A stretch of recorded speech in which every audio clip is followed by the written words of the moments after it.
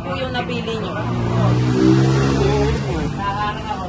Ano po yung mga naging problema nyo po sa inyong trabaho? Wala naman. May ginagawa po bang hakbang o programa po yung pamahalaan para po kayo matulungan? Wala. Kung kayo po itatanungin, ano po yung gusto nyo pong magkaroon ng programa para po kayo matulungan? Hindi ko alam eh. Kasi ako, nabubuhay ako ng pansarili ko eh. Okay na po yan. Thank you po. Thank you. Ano yung hanap buhay? Hanap buhay ko is yung printing. Yung printing, pagpiprint ng mga documents. Yun. Yes. Bakit ito ang napili o napuntahan yung hanap buhay? Isa kasi kung nakapagtapos ng pag-aaral sa edukasyon or nakakuha ko ng Bachelor of Secondary Education. Kaya, naging business ko ang pagiging printing. Siyempre, kailangan ng printer tsaka ng laptop. Kaya, nung nag-aaral pa ako, siya yung naging katuwang ko sa mga kagamitan na aking pangangailangan. Ano ang mga problemang naranasan niyo sa iyong trabaho? Yung sa pagpiprint, minsan nagkakaroon siya ng line yung sa printing, lalo na kapag mga picture. Kailangan ko yung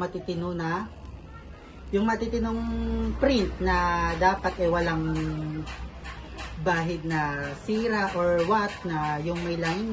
Kaya yun, isa yun sa aking Tapos isa pa yung sa kahinaan ng internet. Uy! Amber! Amber! May ginagawa bang mga problema ang pamahalaan upang kayo ay matulungan? Wala. Amber naman! Umuwi ka nga! Cut mo na lang yun, Oo! May ginagawa bang mga hakbang o programa ang pamahalaan upang kayo ay matulungan? Programa tulad ng Kunwari, tutulungan kayo ng bagay. Sabi mo na lang, wala. Gago ka, syempre kunwari nga. Wala. O, isa pa, ulitin mo. May ginagawa bang mga hakbang o programa ang pamahalaan upang kayo ay matulungan? Wala po. Kung kayo ay tatanungin, ano ang pangunahing kailangan mabigyang solusyon sa hanap buhay na inyong kinabibilangan? Siguro para sa akin tulad ko na isang kabataan na wala pang isang permanenteng trabaho. Siguro yung matulungan lang sa maliit na bagay lang, yung tulad ng yung yung pagbibigay ng mga bond paper, yung kusang loob lang yun. Tapos yung ink ng ink ng printer, yun lang. Ayan. Ano po ang inyong hanap buhay? Bakit po ito po yung napili niyo po o napuntahan niyo po hanap buhay? Ito kasi yung matanda ako. Habit ko na talaga mag-ibig. Kaya, ito nakasalayan ko. Kaya kinagal ko na. Ano po yung mga naging problema niyo po sa inyong trabaho? Minsan nasusugatan ako kasi inahawakan ko na ng blade. Pero meron naman ako pang hahid talaga na may hawakan. Pero mas sanay ako sa mano-mano na blade, hinahawakan ko yung blade. Madalas, hindi naman madalas, nasusugatan ako. Yun. May ginagawa po bang mga hakbang o programa ang mga pamahalaan upang po kayo matulungan? Palagay ko meron naman sila kasi piste sa pagugupit eh. Kaya hindi na ako ginagawa akong para makadagdag ng kalaman ko sa YouTube. Kung kayo po ay tatanungin, ano po yung pangunahing kailangan mabigyang solusyon sa hanap buhay na inyo pong kinabibilangan? Siguro yung mga gamit na lang siguro. Gamit razor, ganyan kasi mahal kasi yan. Yung mga pinaka-original mahal. Pero maganda na klase. Matibay. Okay na po. Thank you po. Thank you. Ano po ang inyong hanap buhay? Bakit ito ang napili nyo pong napuntahan yung hanap buhay? Wala ko ibang pagpipili. Hindi ako nakapagtapos ng pag-aaral eh. Ano po yung mga naging problema nyo sa trabaho? Ito yung nagiging problema pagka yung sa panahon, pagka maulan, mahirap magtinda. May ginagawa po bang hakbang yung mga pamahalaan para kayo matulungan? Mga programa po. Yung dito sa pagtitinda, wala. Pero yung mga ibang bagay, natutulungan naman siguro yung mga ayuda, pero sa pagtitinda, wala naman akong natatanggap na galing sa gobyerno. Kung kayo po ay tatanungin, ano ang pangunahing kailangan mabigyang solusyon sa hanap buhay na inyong kinabibilangan? Siguro yung bumaba yung yung mga bilihin, yung puhunan, gano'n. Okay na.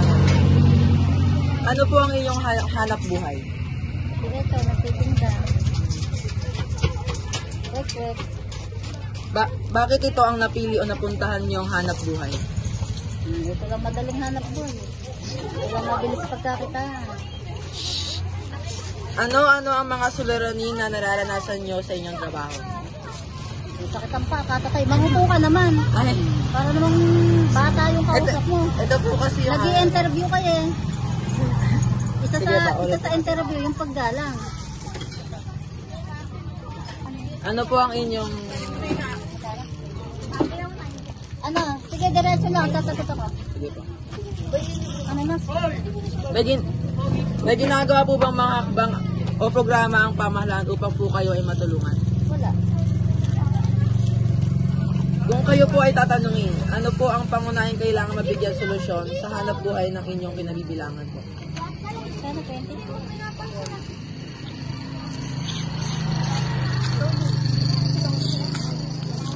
Ulit nyo kami. Ano na lang po, sabihin na lang po yung para pong gusto niyo pong gawin pong programa sa inyo ng gobyerno. At ibigyan ako ng libre na unan. Yung mga programa po para po matulungan kayo, yung mga gusto niyo pong mangyari. Bigyan ako ng libre na unan. Ano po ang inyong ano ang iyong hanap? Ito, meron kaming maliit na ice cream shop, and housewife, and part-time home baker. Bakit po ito yung napili niyo or napuntahan niyo pong hanap buhay? Kasi in demand siya. Ayun, sa mga bata, hindi naman nalalao siguro yung ice cream, ganyan, kung sa mga bata. Ano po yung mga naging problema niyo po sa inyong trabaho? Siguro pagka tag-ulan, pagka rainy season, ganun, syempre, hindi naman mabili yung ice cream. So, yun. May ginagawa po bang hakbang yung mga o programa yung pamahalaan para po kayo matulungan? Dito sa field na meron kami, wala akong nakikita na may ganung program. Siguro sa ibang mga field ng mga business siguro. Kung kayo po ay tatanong, ano ang pangunahing kailangan pong mabigyan solusyon sa hanap buhay ng inyong kinabibilangan? Siguro hindi specifically para sa amin. Siguro may ibang yung mga housewife na sabagay meron naman ng program ngayon, di ba? Meron sa TESDA, may mga sewing, may pastry, bread and pastry, yun. Siguro yun. Mas hindi na lang siguro limitahan yung number nung pwedeng mag-attend dun sa class.